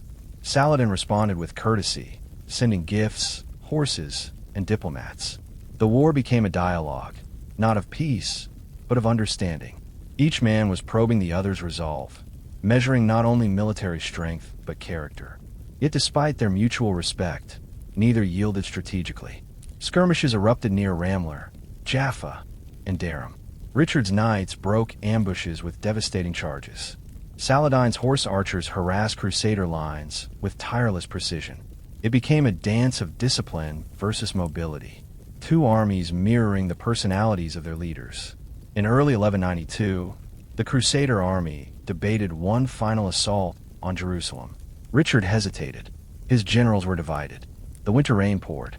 Saladin prepared for a last stand. And then, in a moment that stunned both sides, Richard turned away. Not out of fear, but out of cold logic. He would not lead thousands of men to a victory that could not be maintained. Jerusalem remained unconquered, and the respect between Richard and Saladin reached its deepest point. By 1192, both armies were exhausted, battered by months of skirmishes, impossible decisions, and the relentless heat of the Levant. But fate had not yet finished binding Saladin and Richard together. Their greatest test, and their strangest moment of unity, came at the port city of Jaffa, where the Crusader foothold hung by a thread. When Richard withdrew from Jerusalem, Saladin seized the opportunity and launched a swift assault on Jaffa. His forces stormed the walls with ferocity, overwhelming the defenses and capturing most of the city before the Crusaders could rally. For a moment, it seemed as if the balance of the entire war had shifted. If Saladin could secure Jaffa, he would sever Richard from the coast and the Crusader presence in the Holy Land. News of Jaffa's fall reached Richard while he was preparing to sail north. Without hesitation, he gathered a small strike force, barely a fraction of his army, and launched one of the most daring amphibious landings of the Middle Ages. As Saladin's troops occupied the city, Richard's ships appeared on the horizon like a thunderstorm rolling toward the shore. Knights and infantry leapt into the waves, splashing through surf under a hail of arrows, charging straight for the Muslim lines. The attack was pure Liony heart, bold, reckless, impossibly brave. But what stunned Saladin most was the precision behind it. Richard's small force fought with disciplined fury, pushing deep into the city, rallying the surviving defenders, and driving Saladin's soldiers out street by street. The Sultan, recognizing the danger of being trapped, ordered a tactical withdrawal rather than risk unnecessary slaughter. It was a decision rooted not in fear, but in wisdom, exactly the quality Richard admired in him. The next day, Richard faced a counterattack that became legendary. Saladin sent elite troops to retake Jaffa, launching a fierce assault under blazing sun. Richard, armored and wounded, fought on foot with his men, swinging his sword in great arcs, shouting commands between breaths. His presence turned the tide. Saladin's soldiers, stunned by the king's ferocity, withdrew again. And then came the moment that defined their relationship. When Saladin heard that Richard's horse had been killed in the fighting, he sent the English king a fresh one, a gesture of respect in the middle of war, a noble acknowledgement that their rivalry was not built on hatred but honor. Enemies fought at Jaffa. Legends met there. By late 1192, the Third Crusade had reached a strange, almost surreal stalemate. Two of the greatest commanders of their age had tested each other on every field. Desert sands, fortified cities, rain-soaked plains, and neither had managed to break the other's will. Richard could not take Jerusalem. Saladin could not drive him into the sea. Their armies were bruised, starving, battle-weary, and dangerously close to collapse. But their spirits and their pride remained unbroken. The time had come for diplomacy to finish what armies could not. Yet negotiations between Crusaders and Muslims had rarely succeeded. Mistrust ran centuries deep, fueled by propaganda, massacres, and zealotry for both sides. But this time was different. Richard and Saladin were not typical enemies. They were rivals forged in fire, men who recognized each other's brilliance and humanity. Their correspondence had grown warmer, their envoys more honest, and their understanding of each other more profound. Still, reaching a treaty required painful compromises. Richard wanted safety for the Crusader states and access for Christian pilgrims to the holy places. Saladin wanted secure borders and firm control over Jerusalem. Each concession carried political risk. Richard risked angering the Crusader lords hungry for glory, while Saladin risked angering clerics who believed no inch of Jerusalem should ever be offered to the West. But the two leaders understood what their followers did not. That war, if dragged out longer, would achieve nothing except mutual ruin. So, the final negotiations became less a struggle and more a conversation between two exhausted giants who had come to appreciate the value of each other's existence. The result was the Treaty of Jaffa, formalized in September 1192. Jerusalem would remain under Muslim control, but Christian pilgrims would be allowed to visit freely and safely. The Crusaders would retain a narrow coastal strip from Tai to Jaffa, enough to survive, but not enough to threaten Muslim lands. It was not the sweeping victory Europe had dreamed of, nor the absolute dominance some of Saladin's commanders wanted, but it was a peace built on realism, respect, and mutual exhaustion. When Richard prepared to leave the Holy Land, Saladin sent him gifts, supplies, and safe passage. The two never met face to face, but in their final exchanges, they addressed each other almost like old comrades. The war had produced no conqueror, but it had produced something far rarer, a peace shaped not by fear, but by admiration. When Richard the Lionheart set sail from the Holy Land in October 1192, the coast receded behind him like the end of an era. He had come seeking eternal glory, and though he had not taken Jerusalem, he left as one of the most celebrated warriors of Europe. Saladin watched Richard depart, not with triumph, but with a quiet respect. Their rivalry had ended not with a decisive victory, but with an understanding that neither could erase the other from history, only elevate him. Richard's return journey was disastrous. Shipwreck, imprisonment, and political chaos awaited him. His empire fractured, his treasury drained, and his health declining. He spent more time in captivity than on the throne he barely cared to rule. He died in 1199 from a wound sustained during a minor siege, an ending surprisingly quiet for a man known for larger-than-life heroics. Yet his legend endured. In Europe, troubadours sang of the liony heart who fought like a storm, who challenged Saladin, who carved his name into the memory of two worlds. Saladin's final years were equally humble. Despite ruling an empire larger than any seen in the region since the early Caves, he lived simply, giving away vast portions of his wealth to charity. When he died in 1193, just months after Richard's departure, he was so generous that there was barely enough money left to cover his funeral. His soldiers carried his sword before the procession, while a herald shouted to the streets of Damascus, "Here is Saladin, conqueror of kingdoms, who leaves this world with nothing but faith." What binds Richard and Saladin together is not the war they fought, but the way they fought it. Both men lived in an age of brutality, yet they forged a rivalry built on admiration rather than hatred. Their letters spoke more sincerely than any Crusader chronicle. Their gestures, the gift of a horse, the return of hostages, the exchange of doctors, revealed a humanity that defied the fanaticism of the era. History remembers them not merely as enemies, but as reflections of each other. Richard, the fiery knight who embodied courage. Saladin, the patient ruler who embodied justice. Their clash reshaped the Holy Land, but their conduct reshaped the imagination of future generations. For centuries after their deaths, Christians and Muslims alike told stories of their honor. Two warriors, two legends, and one shared destiny to be remembered not for what they conquered, but for the respect they earned from the only rival worthy of it. To step into one of Emperor Nero's banquets was to step out of reality itself. His dining halls were not simple spaces for eating. They were architectural performances designed to overwhelm the senses and announce, without subtlety, that Rome had never seen a ruler quite like him. Every wall, every fountain, every drifting fragrance existed for one purpose: to glorify Nero and transport his guests into a world where he alone held the power to astonish. The entrance was a spectacle before the feast even began.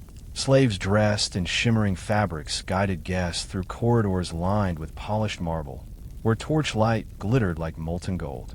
Harpists played behind lattice screens, their music soft enough to feel accidental, yet perfectly timed to elevate the anticipation. As the doors to the dining hall opened, a warm rush of scented air enveloped each guest, a blend of rose water, cinnamon, and myrrh and saffron. Nero believed that even the air should obey his artistic vision. The ceiling itself was an engineering marvel rumored throughout the empire. Crafted with hidden gears and rotating panels, it could shimmer, tilt, and even revolve like the dome of the heavens. From above, showers of rose petals fell in gentle waves, drifting like pink snow onto the reclining diners. Sometimes the petals fell too heavily, burying guests beneath perfumed layers until they coughed or gasped for breath, an unintended side effect of imperial excess, but one Nero found amusing. He loved spectacle more than comfort. At the center of the hall, silver fountains gushed with streams of wine, not ordinary wine, but blends infused with honey and spices imported from the far corners of the empire. Their sparkling flow illuminated the room with a ruby glow. The servants refilled goblets the moment they dipped below full. The tables carved from ivory and mother of pearl were arranged in a crescent around Nero's throne-like couch. From his position, he could watch every expression: awe, envy, terror, delight, each one a tribute to his power. Gold-accented braziers burned aromatic woods, casting curling smoke that caught the light and danced above the guests like thin spirits. The air grew warm, intoxicating. The atmosphere was carefully choreographed, a blend of theater, religion, and royal intimidation. Nero wanted his banquets to feel like divine events, not mortal gatherings. By the time guests settled onto their couches, they already understood the message. In this hall, Nero was not merely emperor. He was the god of the feast, and everyone else was there to witness his glory. If Nero's banqueting halls were temples of spectacle, his guests were the unwilling worshippers, participants in a ritual where admiration was mandatory and fear was unavoidable. Invitations to Nero Unc's feasts were coveted, yes, but also dreaded. They were golden summons that promised luxury and danger in equal measure. Senators, generals, wealthy matrons, poets, provincial governors, all reclined on couches embroidered with purple thread, knowing that each toast, each laugh, each glance might be interpreted as loyalty or treason, depending entirely on Nero Unc's mood. Appearances meant everything. Guests wore their finest silk stolars woven with gold dust. Toggers whitened to near blinding brilliance. Jewels mined from distant lands. Yet beneath the glitter, nerves churned like storm clouds. Everyone knew that Nero's charm could flip into cruelty as swiftly as a torch could ignite dry reeds. A misplaced compliment. Suspicious. Too little praise for his artistic performances. Dangerous. A whisper or a raised eyebrow he interpreted as mockery, potentially fatal. The seating arrangements were themselves a drama. Nero placed his favored courtiers close to him, where they could flatter him without interruption. Farther down the crescent couches sat the cautious and the condemned, men who had angered powerful factions or whom Nero simply distrusted. They ate quietly, hoping to fade into the background of the emperor's theatrical world. But Nero rarely let anyone remain unnoticed for long. As the feast began, slaves glided around the room with disciplined grace, filling goblets with fragrant wine and laying dishes on the tables with ritualistic precision. Yet guests barely tasted a drop before glancing at Nero for approval. Should they sip? Should they wait? Was Nero about to make a declaration? Every choice was a gamble. Adding to the tension, the feast was often punctuated with bizarre surprises. A hidden panel might open to reveal a troupe of dancers, or a mechanical bird might swoop overhead to shower guests with more petals. Sometimes Nero himself performed musical numbers or recited poetry, his expression hungry for validation. Guests roared with forced applause, terrified to be the first to stop clapping. Even the silence between courses felt charged. Every laugh could be misread. Every hesitation could be lethal. In Nero's dining halls, the guests did not dine. They performed. Their lives depended on their ability to appear delighted, impressed, and utterly devoted to the emperor's artistic fantasies. It was not a banquet. It was a test, and every guest knew failing it could mean exile, disgrace, or worse. Before the guests' nerves had time to settle, the parade of dishes began. Not meals, but spectacles meant to astonish, intimidate, and sometimes horrify. Nero believed food should shock the senses as much as it delighted them. Each course arrived like a miniature drama, carried by long lines of slaves who moved in silence, their faces expressionless, as though participating in a sacred rite. The first dishes were meant to dazzle the eye. Platters of oysters floated on beds of crushed ice imported from distant mountain peaks, each shell dusted with gold leaf. Bowls of figs dripped with honey scented with saffron, their sweetness meant to soften even the tensest guests. But it was only the beginning.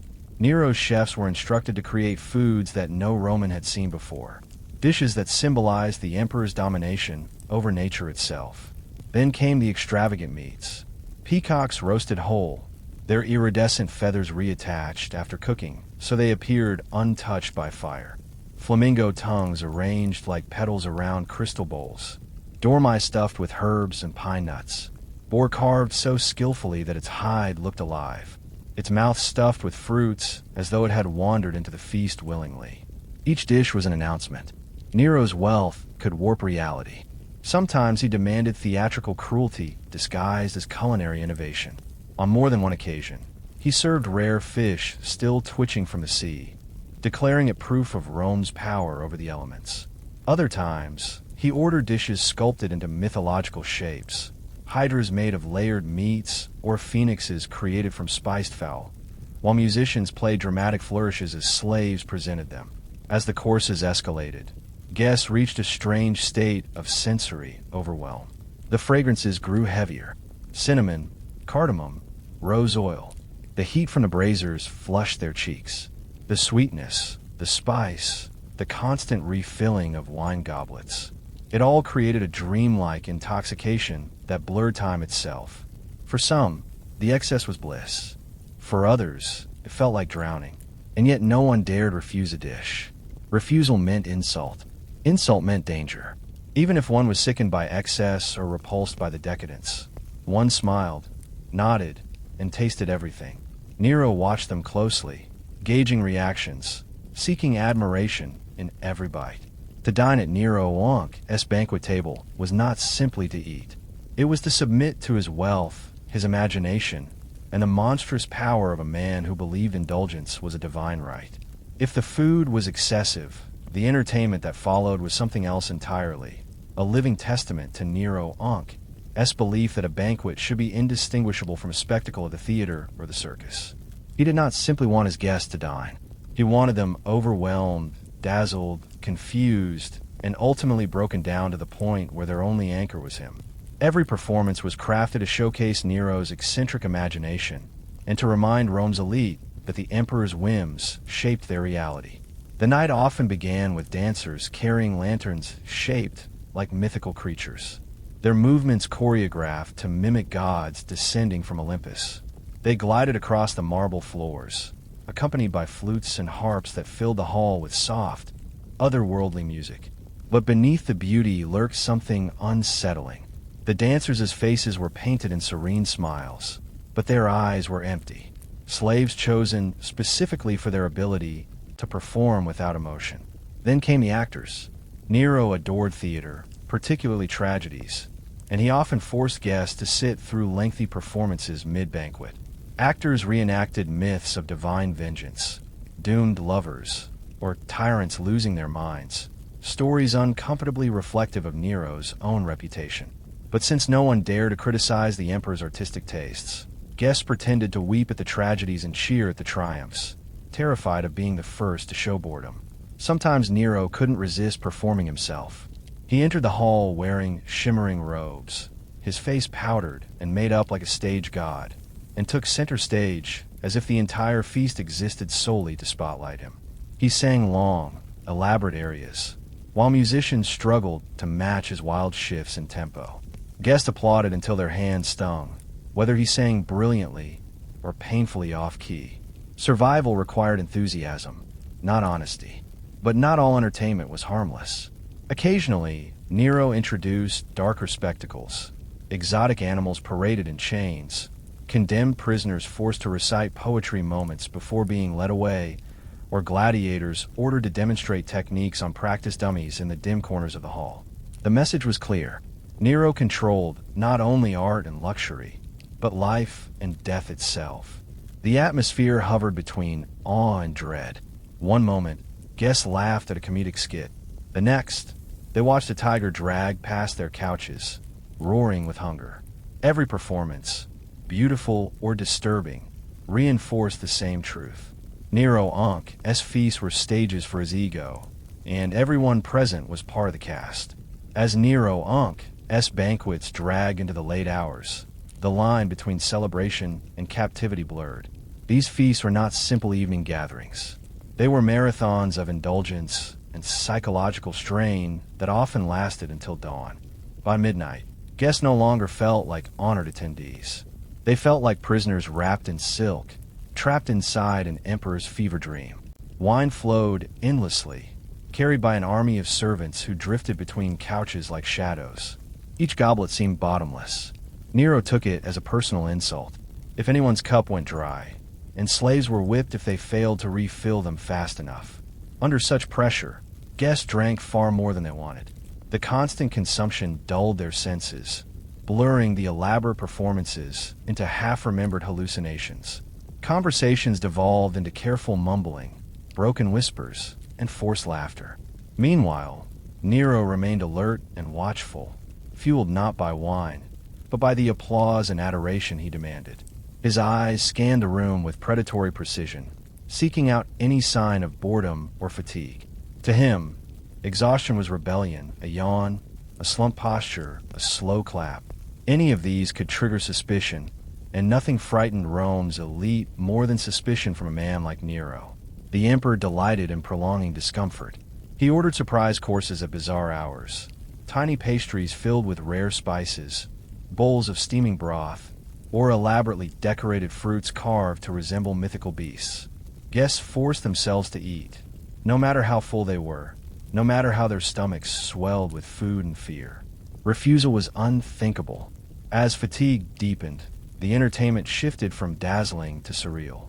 Jugglers tossing flaming torches overlapped with poets reciting verses about freedom, death, and suffering, their words drifting uncomfortably close to truth. Animal trainers guided leopards and wolves through the hall, their chains tight, but their teeth bared. Musicians played frantic melodies that seemed designed to unsettle rather than soothe. The entire room vibrated with tension, as if the feast teetered on the edge of collapse. But Nero's favorite moment came in the early morning hours when the guests were most vulnerable. He sometimes ordered the ceiling to rotate, sprinkling fresh waves of rose petals. More than once, the petals fell so heavily that diners gasped for air. Nero watched with a twisted smile, fascinated, it seemed, by how beauty could suffocate. By dawn, when the doors finally opened, guests stumbled out, drained, shaken, and silent. They had survived, not a banquet, but a ritual of power. Behind the glittering surface of Nero's banquets lurked something far more calculated than simple extravagance. These feasts were not only about gluttony or artistic display. They were tools of politics crafted to bend Rome's most powerful men to Nero's will. Every rose petal, every performance, every sip of spiced wine was part of a strategy to dominate the elite by dazzling their senses and destabilizing their confidence. To dine with Nero was to enter a psychological battlefield disguised as a luxury event. Senators often arrived hoping to win favor through compliments and gift-giving. But Nero rarely cared for such obvious gestures. What he sought was submission, a kind of emotional dependence that made his guests eager to please him, terrified of disappointing him, and confused about where admiration ended and fear began. Many high-ranking officials found their careers rising or falling based on how enthusiastically they performed their roles during these feasts. A well-timed laugh or a poetic toast could mean promotion. A moment of hesitation could mark them for destruction. Nero used the atmosphere of the banquets to push political boundaries. He introduced controversial ideas, new taxes, artistic projects, punishments for rivals, while his guests were intoxicated, exhausted, and surrounded by spectacle. Their ability to protest was choked by fear and sensory overload. It was nearly impossible to challenge the emperor while lying on a couch under a shower of rose petals with dancers swirling and musicians drowning out one's thoughts. Nero didn't just intimidate his enemies. He disarmed them. He also used these night-long gatherings to test loyalties. He watched how closely guests listened to his speeches about art, or how passionately they praised his lyre performances. He noted who whispered to whom during the feast, who avoided eye contact, who appeared uncomfortable when he recited poetry about betrayal or revenge. Sometimes he planted actors among the guests, disguised as aristocrats, tasked with initiating conversations and reporting back to him afterward. A banquet could also be a prelude to humiliation. Nero occasionally called out a senator to perform on the spot, to dance, to sing, to debate philosophy, knowing full well that such demands stripped away dignity. The audience, trapped in their couches, had no choice but to cheer. The chosen victim had no choice but to obey. Nero's laughter afterward often decided their political fate. In this twisted theater of power, food was merely the bait. The real feast was Nero's delight in watching Rome's elite swallow their pride, their dignity, and their fear, one course at a time. As Nero's reign progressed, his banquets grew darker, not simply decadent or theatrical, but tinged with paranoia so thick that guests felt it in every sip of wine. Once a stage for spectacle, the dining hall slowly transformed into a place where danger drifted as freely as perfume. Rumors whispered through Rome that death could slip into a cup without warning, that the emperor's smile often meant doom, and that no guest, no matter how loyal, was truly safe. Poison became the quiet ghost at every feast. Although Nero never admitted to using it openly, the timing of certain deaths was too convenient to ignore. Senators who displeased him often fell ill shortly after attending a banquet, their conditions deteriorating in mysterious ways. The memory of his mother Agrippina's poisoned mushrooms haunted every guest, even years later. Rome knew Nero had little hesitation when eliminating threats. And if he would murder his own mother, what protection did senators have? Guests learned the subtle art of survival. They watched their cups constantly, waited for others to taste dishes first, and prayed the food tasters Nero supplied were not part of the performance. A single drop of hesitation could ruin a man. Too eager, and Nero suspected flattery. Too cautious, and Nero suspected conspiracy.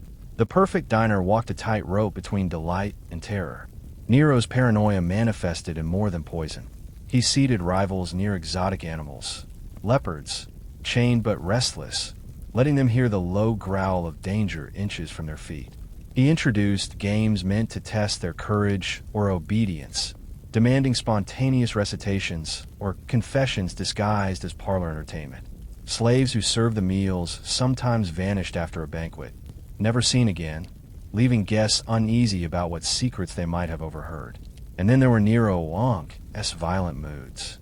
The same emperor who moments earlier recited verses about beauty might suddenly erupt in rage, hurling cups or commanding punishments on the spot. Guests tensed at every shift in his tone, measuring their responses with desperate precision. Some feasts ended in death directly. A few unfortunate men were accused mid-banquet, dragged out by guards, and executed before their wine had cooled. Others were invited back the next day, only to find themselves arrested moments after stepping into the palace. In these later years, Nero's banquets were no longer displays of imperial indulgence. They were battlegrounds of fear, where every swallow might be the last, and every glance might be misinterpreted. Under the gilded ceilings and rose-tinted fountains, the empire's most powerful men learned the truth. Dining with Nero meant dining with death itself. As Nero's reign spiraled deeper into chaos, his banquets grew even more grotesquely extravagant, like desperate attempts to drown the empire's suffering beneath waves of wine, petals, and illusions. While Rome groaned under heavy taxes, corrupt officials, and political instability, Nero seemed determined to prove that his world still shimmered with divine splendor. The greater the crisis outside the palace walls, the more lavish his feasts became. Nowhere was this contrast more disturbing than during the aftermath of the Great Fire of Rome.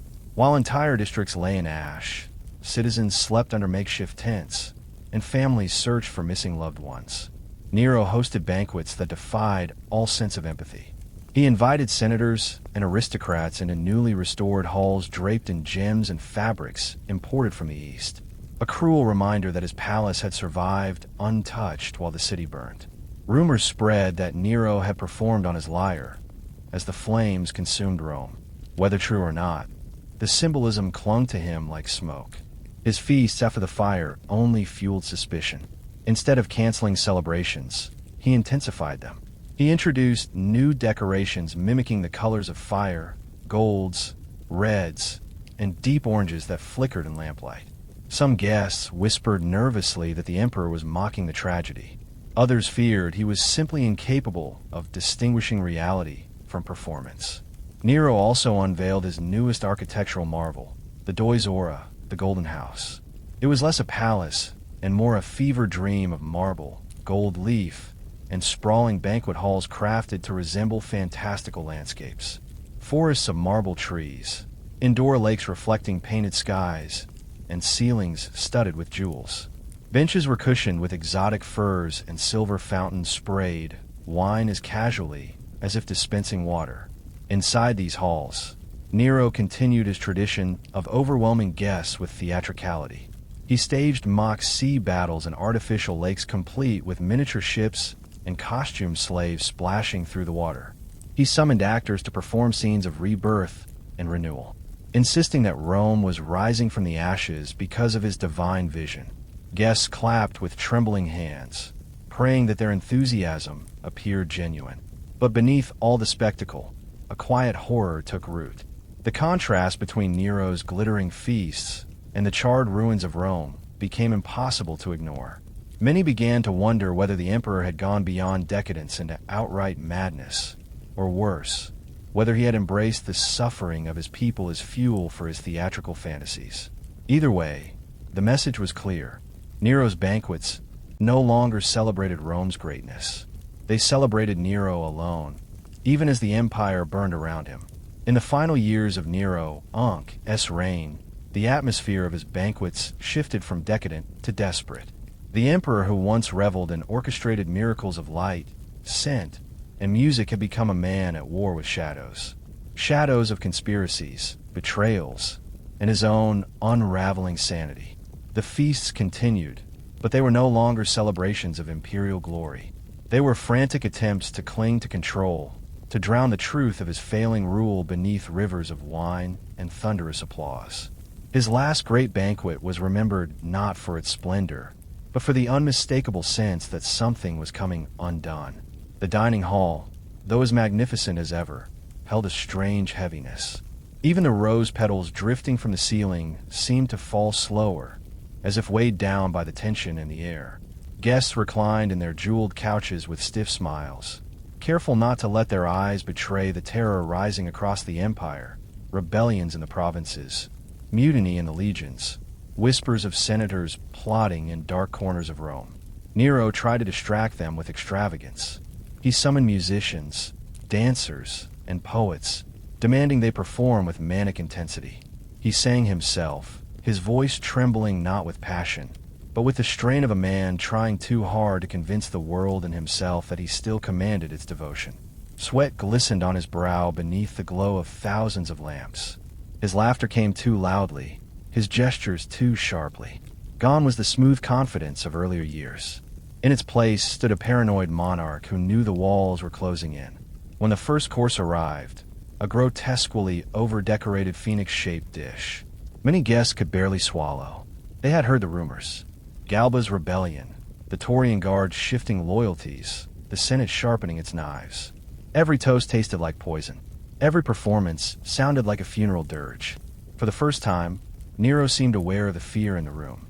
His gaze flickered from face to face, searching for loyalty he no longer believed existed. Even his closest favorites avoided his eyes. The illusion of worship had shattered. The emperor was performing only for himself. Before dawn, he abruptly ended the feast and vanished into the palace corridors. Within days, Rome rose against him. Days later, Nero fled and died alone, without crown, without music, without the applause he once demanded, like oxygen. His banquets, once symbols of wealth, power, and artistic obsession, became remembered as warnings. Warnings of how excess becomes madness, how spectacle becomes tyranny, and how even emperors who feast like gods can fall like mortals.